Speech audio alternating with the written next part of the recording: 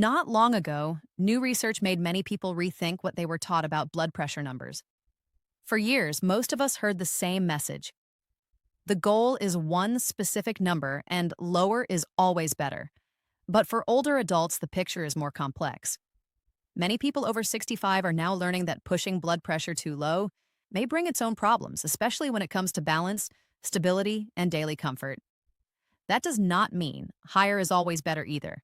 It means the right range can change with age and with each person's situation.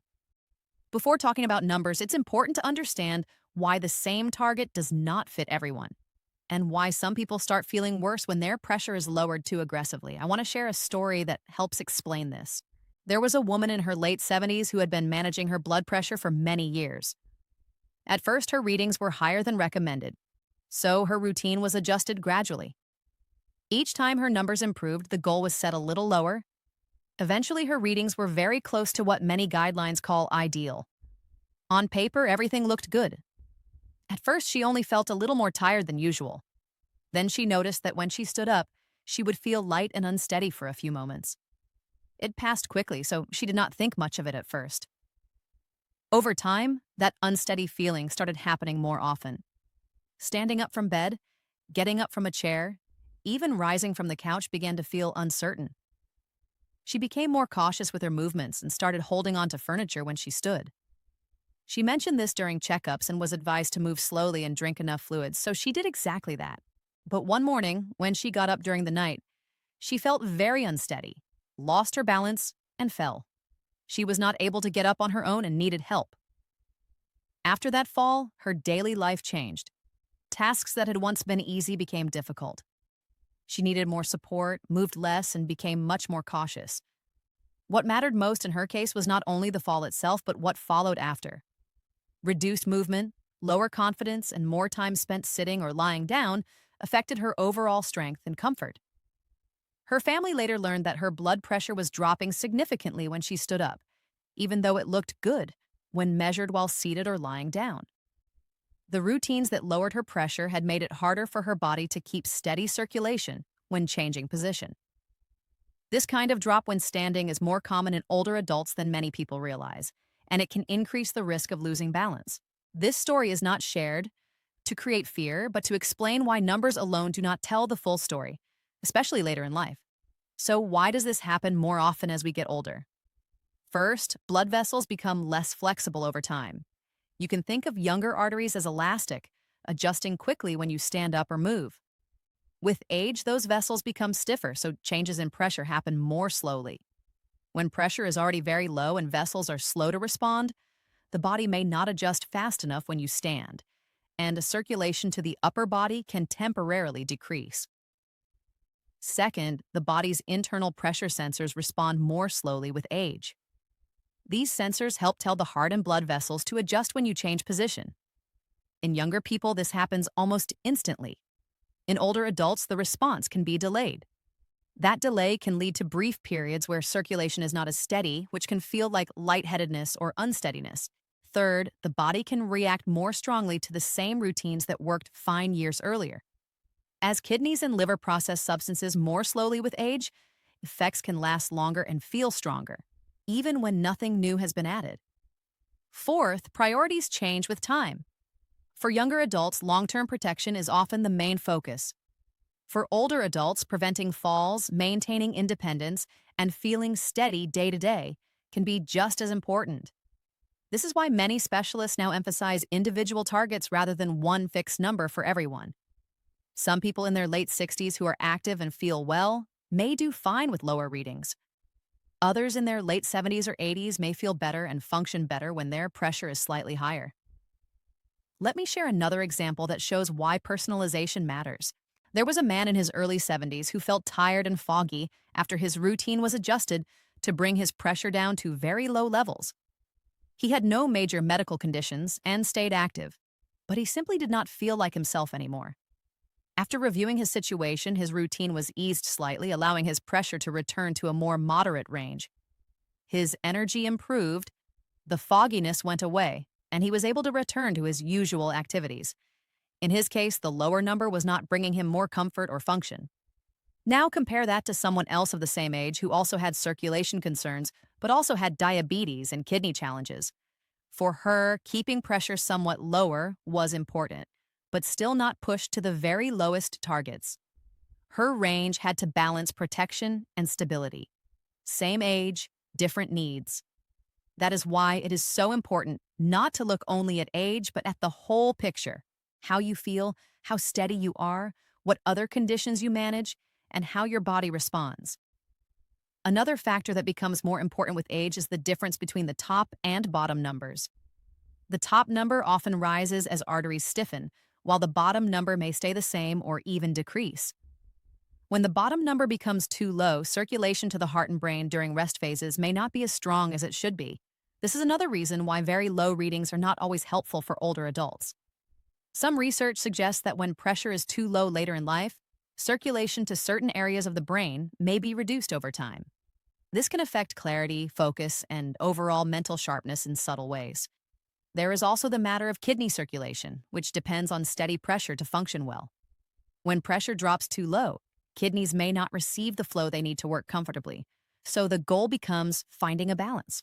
Not too high, not too low, and most importantly, a range that allows you to feel steady, alert, and capable in daily life. Now you may be wondering, what range is usually considered reasonable for older adults? I will get to that, but it is important to understand that even those ranges depend on your health, strength, and daily function. Before talking about numbers, there is one more key idea that matters just as much as averages: how your pressure changes when you stand up. Some people have readings that look fine when seated, but drop quite a bit when standing. This change is what often causes unsteadiness and increases fall risk. This is why checking pressure in more than one position can be helpful, especially if you notice lightheadedness or unsteadiness when getting up. In the next part, I'll explain what ranges are often considered reasonable at different stages of older age, why being symptom-free matters more than chasing a specific number, and how simple at-home checks can help you and your healthcare provider make better decisions together. So what ranges are often considered reasonable as we get older? First, it helps to remember that there is no single perfect number that fits everyone. The goal is not to chase a textbook target, but to find a range where your body feels steady, your mind feels clear, and your daily activities feel safe. For many people between about 65 and 75 who are active and do not have major health conditions, a top number in the range of about 130 to 140, with the lower number around 70 to 85, is often considered a balanced zone. This supports circulation while still offering protection over time. For many people between about 75 and 85, especially if they notice stiffness, slower movement, or occasional unsteadiness, a slightly higher top number, around 135 to 145, can sometimes be more comfortable and safer, again with the lower number staying above about 70. For those over about 85, or for anyone who is physically weaker or more prone to losing balance, preventing falls often becomes the top priority. In these cases, some people do best when the top number is closer to 140 or even 150, as long as they feel steady and are not experiencing other problems. These are not strict rules. They are general ranges that help guide conversations, not replace them. People who also manage conditions like diabetes, circulation issues, or kidney challenges may need slightly different targets. In those cases, routines are often adjusted more carefully and slowly, with close attention to how the person feels, not just what the numbers show. This is why two people of the same age can need different ranges. Let me share another situation that shows this clearly. There was a man in his early 80s who had readings that many would consider high. He felt well, stayed active, and managed daily tasks without difficulty. When routines were discussed, the focus became whether changing those numbers would actually improve his daily life or whether it might increase the chance of feeling unsteady.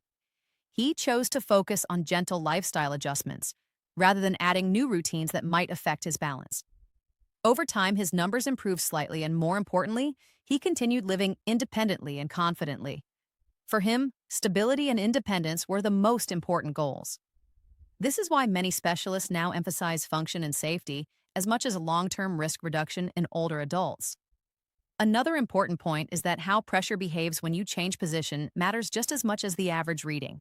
Some people feel fine when seated, But when they stand, pressure can drop quickly.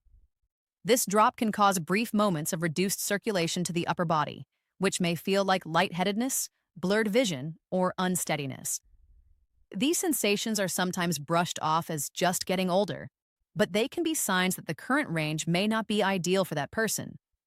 A simple way many people check this is by measuring pressure after resting, and then again shortly after standing. A large drop can suggest that adjustments may be helpful. This does not mean anything is wrong, but it does mean that comfort and safety should be part of the conversation when routines are reviewed. Now let's talk about why the top and bottom numbers matter differently with age. The top number reflects pressure when the heart pushes blood forward. The bottom number reflects pressure when the heart relaxes and fills. With age, the top number often rises because arteries are stiffer, while the bottom number may stay the same or even fall. This increases the gap between the two numbers.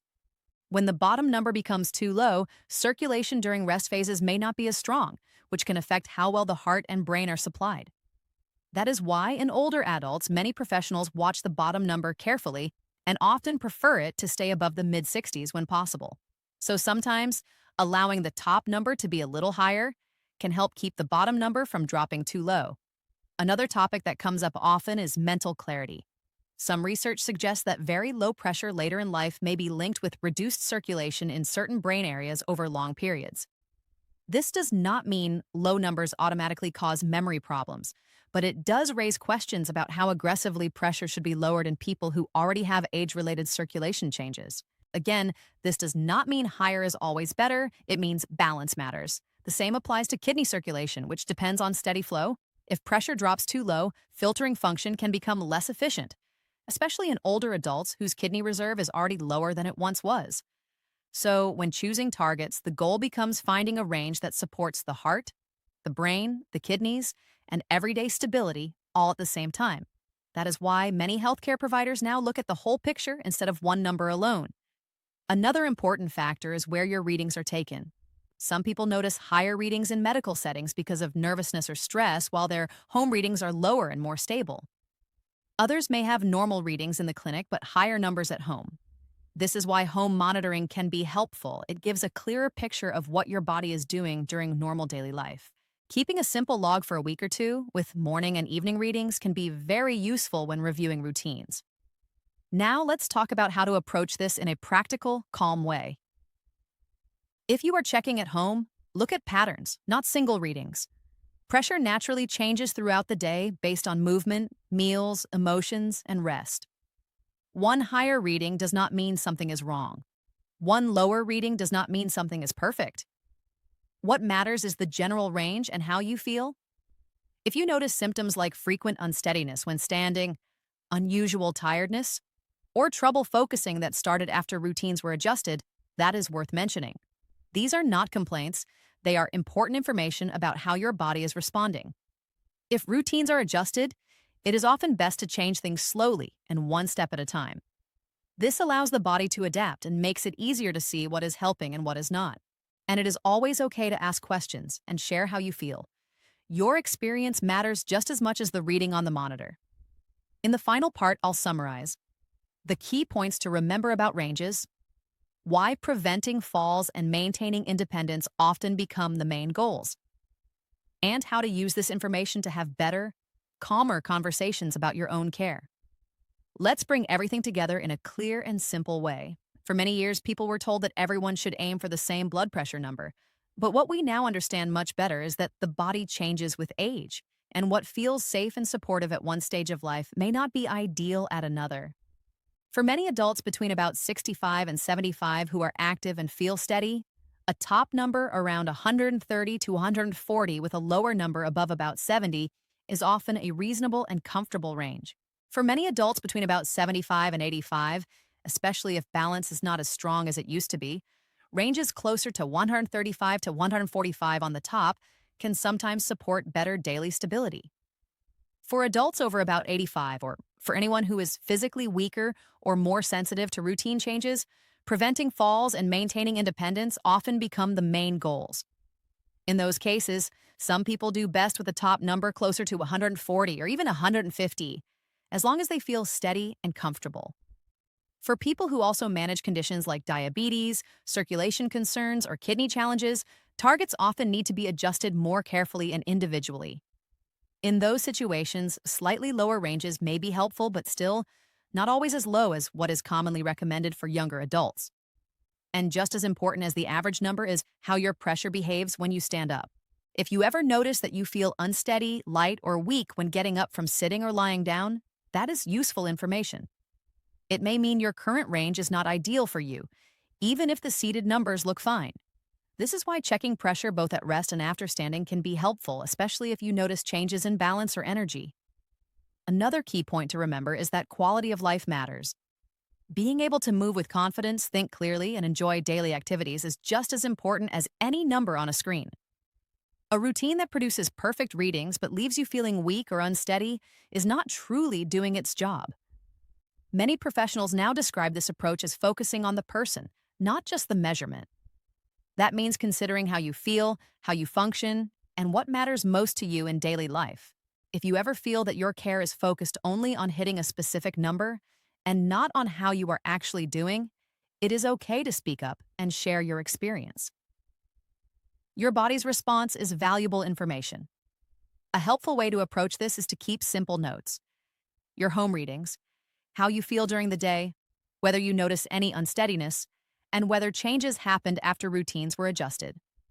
Bringing this kind of information into conversations can make them more productive and more focused on what really matters.